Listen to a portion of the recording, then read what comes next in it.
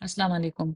Realistic vocabulary की reel number 2 है ये और इसके अंदर आज हम कुछ और वर्ड्स पढ़ेंगे जिनको हम फॉर्मल और इनफॉर्मल सेटिंग यानी कि अगर आप किसी ऐसी सिचुएशन के अंदर हैं जहाँ आपको थोड़ा तकल्लुफ़न बात करनी है और फिर ये कि आपको कैजुअली बात करनी है, बेतकल्लुफ़ी के साथ बात करनी है, तो सेम इंग्लिश के वर्ड्स आप चेंज करके कैसे यूज़ करेंगे सही सिचुएशंस के अंदर। इसकी एक क्लासिक एग्ज़ाम्पल यही है कि अगर आप अपने बॉस से, अपने मैनेजर से बात कर रहे हैं या आप कस्टमर सर्विस के काउंटर पर हैं और कोई आपसे आगे पूछे तो आप फॉर्मल लैंग्वेज इस्तेमाल करेंगे जो कि लेफ्ट साइड के ऊपर लिखी हुई है।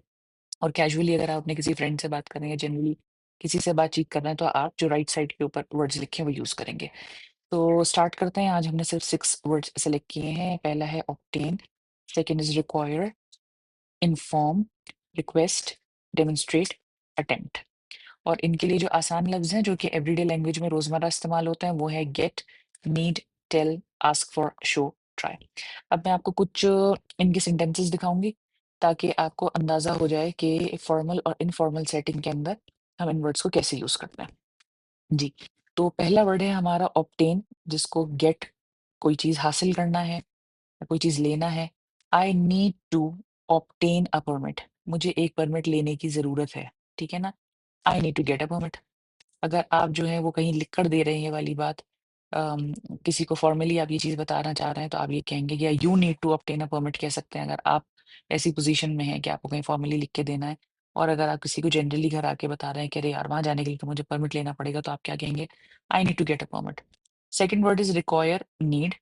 जैसे कि ऊपर भी नीड लिखा हुआ था, यहाँ पर आप रिक्वायर भी यूज़ कर सकते हैं। दिस जॉब रिक्वायर्स एक्सपीरियंस, इस जॉब के लिए तजुर्बे की ज़रूरत है, एक्सपीरियंस की ज़रूरत है। दिस जॉब नीड्स एक्सपीरियंस, ठीक है ना? कोई आपसे रिक्वायरमेंट्स पूछ रहा है, पूछ ही रिक्वायरमेंट्स रहा है तो आप रिक्वायर का लफ्ज़ इस्तेमाल करेंगे, अदरवाइज़ आप कहेंगे नहीं यार इसमें तो बड़ी एक्सपीरियंस की नीड है, मैं कैसे करूँगा? ठीक है? Inform, tell, please keep me informed, update me, ठीक है ना? कीप मी पोस्टेड कहते हैं लोग, या कहते हैं कि जी प्लीज़ कीप मी इन्फॉर्म्ड, इस तरह करके ये होता है। उसके बाद हमारे वर्ड्स हैं रिक्वेस्ट, आस्क फॉर कोई चीज़ माँगना, ठीक है? शी रिक्वेस्टेड असिस्टेंस, ये भी वही बात है कि आप अगर लिखकर कहीं पर दे रहे हैं और आप कोई मसला बयान कर रहे हैं तो आप उसमें कहेंगे कि शी रिक्वेस्टेड असिस्टेंट। और she asked for help is a general way of talking the casually आप कैसे बात करते हैं। डेमोंस्ट्रेट का मतलब होता है शो। ही डेमोंस्ट्रेटेड द प्रोसेस, उसने पूरा प्रोसेस करके दिखाया। ही शोड द प्रोसेस, उसने प्रोसेस करके दिखाया। सेम बात है, कहने का अंदाज डिफरेंट है। Attempt, try, he attempted to fix the issue, सुन के ही आपको अंदाजा हो रहा है कि छोटी सी बात को बड़ा चढ़ा के बयान किया जा रहा है।